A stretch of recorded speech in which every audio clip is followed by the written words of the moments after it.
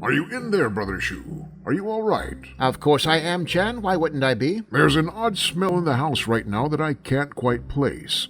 I'm going room to room to see if there are any smoking appliances or if anyone might have accidentally set a warthog carcass on fire. Not an unreasonable suspicion with Arnie in the house, Chan, but no, I believe I can solve your mystery for you.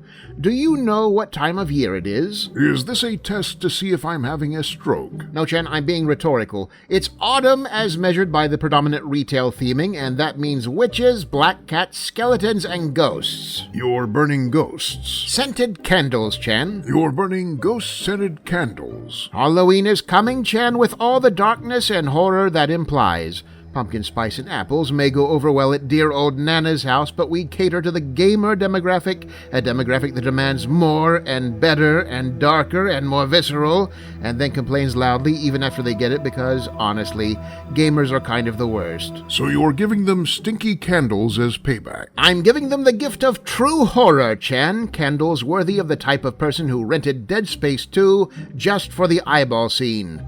Our industry turned the Friday the 13th franchise into at least 3 separate video games, despite the entire movie series only having enough plot for one NES outing. Gamers are out for blood, and it is blood that we shall deliver them.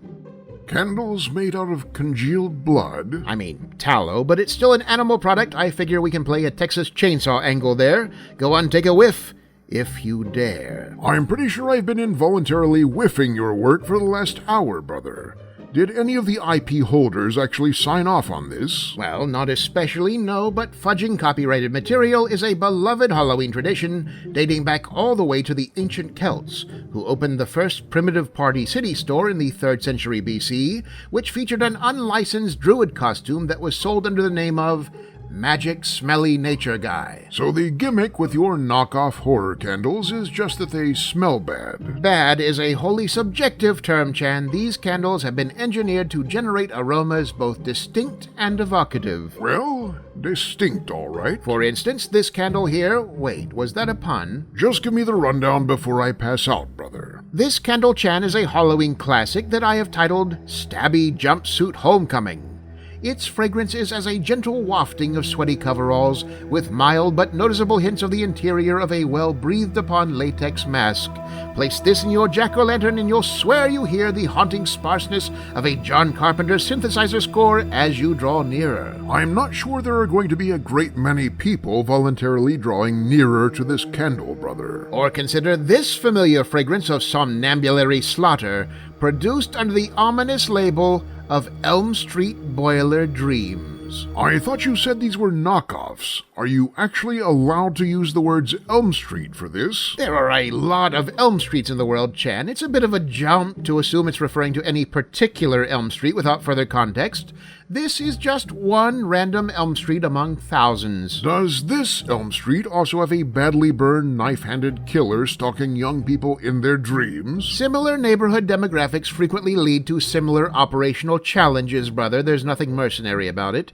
Now inhale deeply the evocative aroma of stagnant steam, singed hair, and molten two-tone polyester weave. No, thank you. Or perhaps you're more interested in a risque romantic frolic on a crystal lakeside with this candle, Steamy Summer Camp Nights. I really don't want to inhale the scent of a murderous waterlogged corpse right now, brother. No, Chan, you're thinking of our other Friday the 13th inspired candle, Mommy's Special Boy.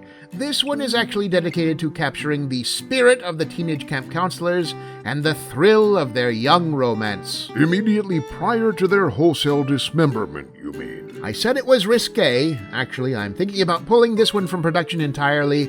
No matter how I start the formula, once you add essence of teenager to the mix, it always comes out smelling like hair gel and Axe body spray. I hesitate to ask, Brother Shu, but where are you harvesting essence of teenager from? Well, you'd think the simplest method would be by setting up some kind of a wind trap just outside the local high school gym, but it turns out the faculty there lack scientific vision and, long story short, the concentrations you get outside the 500-yard mark are far too dissipated for manufacturing purposes. Fortunately, you can find industrial quantities of teenage essence pretty much anywhere teenagers have been hanging out. They mark their territory like alley cats. Let's never say the word essence again. In any case, I imagine the killer candles will be considerably easier to market than the victim ones. One thing you can say for monsters on the silver screen, Chan, is that they have a knack for showmanship. Another thing in their favor is that while on screen you can't smell them.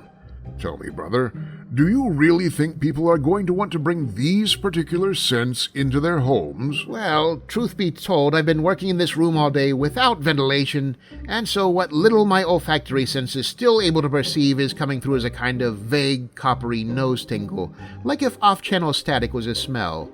Is it really that bad? It's like if a burning cat threw up a burning tire. I realize we're dealing with unconventional scents, of course, but it's the verisimilitude that we're marketing. It's not like I didn't try to find good-smelling monsters. Candyman seemed like a shoo-in, but 2 pints of organic honey does not cover up ethereal corpse aroma. They're just not a terribly hygienic bunch, frankly. Della, take a memo. Monster washing service. Brother, I understand what you're trying to achieve, but I believe there's already a functioning business model you're ignoring. When the good people at General Mills set out to create a line of breakfast cereals themed to famous undead creatures, they didn't waste time trying to sell people on the idea of rotten cadaver-flavored marshmallows. Instead, they launched a PR campaign to convince the world that the king of all vampires tasted like delicious chocolate and that Mary Shelley's decomposing abomination tasted like strawberries. The result? Millions in sales. You know, the movies never explicitly said Freddy Krueger didn't smell like cinnamon apples.